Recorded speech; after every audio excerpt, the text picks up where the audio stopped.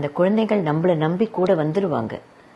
ஆனால் அங்கே போனதுக்கு அப்புறம் அந்த நெரிசல்லேருந்து அவங்கள வெளியில் கொண்டு வருதுன்றது அவ்வளோ சுலபமான விஷயமாக இருக்காது. ஏன்னா அந்த நிமிடம் நம்ம கண்ட்ரோலில் இருக்காது. அந்த ஸ்டாம்பீட் அப்படின்றதே, கூட்ட நெரிசல் அப்படின்றதே எல்லாரையும் மீறி நடக்கக்கூடிய ஒரு விஷயம்.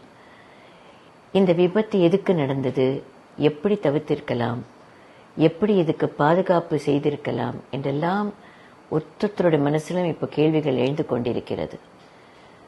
எதுவாக இருந்தாலும் அந்த குடும்பங்கள் தவிக்கும் அந்த துன்பத்திற்கு யாராலையும் ஈடு கொடுக்கவும் முடியாது, பதில் சொல்லவும் முடியாது.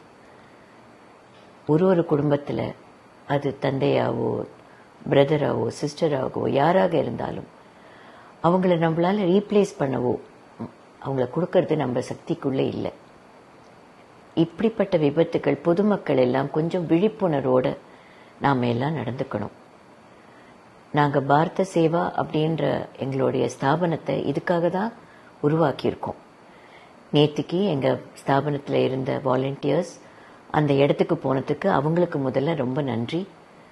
அதை தவிர ஜனங்கள், நம்ம பொதுமக்கள் எல்லாம் ஒன்றா சேர்ந்து எப்படி நம்மளை காப்பாற்றிக்கிறது, பார்த்துக்கிறது, ஒரு சமுதாயமாக எப்படி நாம் ஒன்றா சேர வேண்டும், எதையெல்லாம் மனசில் வைத்துக்கொள்ள வேண்டும்.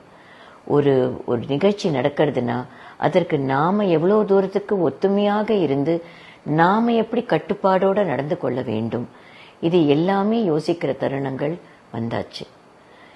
ஜனங்களே, பொதுமக்களே, அன்பான தமிழ் மக்களே, எங்கு எது கூட்டமாக சேரும் நேரம் இருந்தாலும் பாதுகாப்பை மட்டும் விட்டுடாதீங்க. குழந்தைகள், பெண்களால் கடைசி நிமிஷத்தில் ஓட முடியாது. அந்த நெரிசல் ஏற்படும் பொழுது என்ன முயற்சிகள் எடுத்தாலும் அங்கிருந்து நகர்றது ரொம்ப கடினமான விஷயம். இனிமேலும் இப்படிப்பட்ட நிகழ்வுகள் நடக்காமல் இருக்க எல்லாரும் சின்னாக சேர்ந்து, அரசாங்கமும் சரி, பொதுமக்களும் சரி, காவல்துறையும் சரி, இந்த நிகழ்ச்சிகளை நடத்துபவர்களும் சரி, எல்லாரும் ஒத்துமையாக சேர்ந்து இனி இப்படி நடக்காமல் பார்த்து கொள்ள வேண்டும். என் மனசு அந்த நாம் தொலைத்தோமே குழந்தைகள் அவர்களிடம் இருக்கிறது. அவர்கள் என்ன தப்பு செஞ்சாங்க, அவங்களுக்கு இதை பற்றி என்ன தெரியும், இந்த நிகழ்ச்சி பற்றி என்ன தெரியும், என்ன நடக்க போகுதுன்னு என்ன தெரியும். அவங்க கூப்பிட்டுட்டு போன அந்த சந்தோஷத்தோட மகிழ்ச்சியோடு அங்கே வந்திருப்பாங்க. ஆனால் இன்னைக்கு அவங்க இல்லைன்னு நம்ம நினைக்கும் போது நம்ம மனசு எவ்வளோ பதறுகிறது. அந்த குழந்தைகளுக்காகவும் உயிர் நீத்த அத்தனை பேருக்கும், அந்த குடும்பத்தாருக்கும் என் ஆழ்ந்த அனுதாபங்கள். உயிர் நீத்தவரை நினைத்து நினைத்து நம் மனம் தவிக்கத்தான் முடியும். இனி இப்படி நடக்காமல் பார்த்துக் கொள்வது நம் கடமை.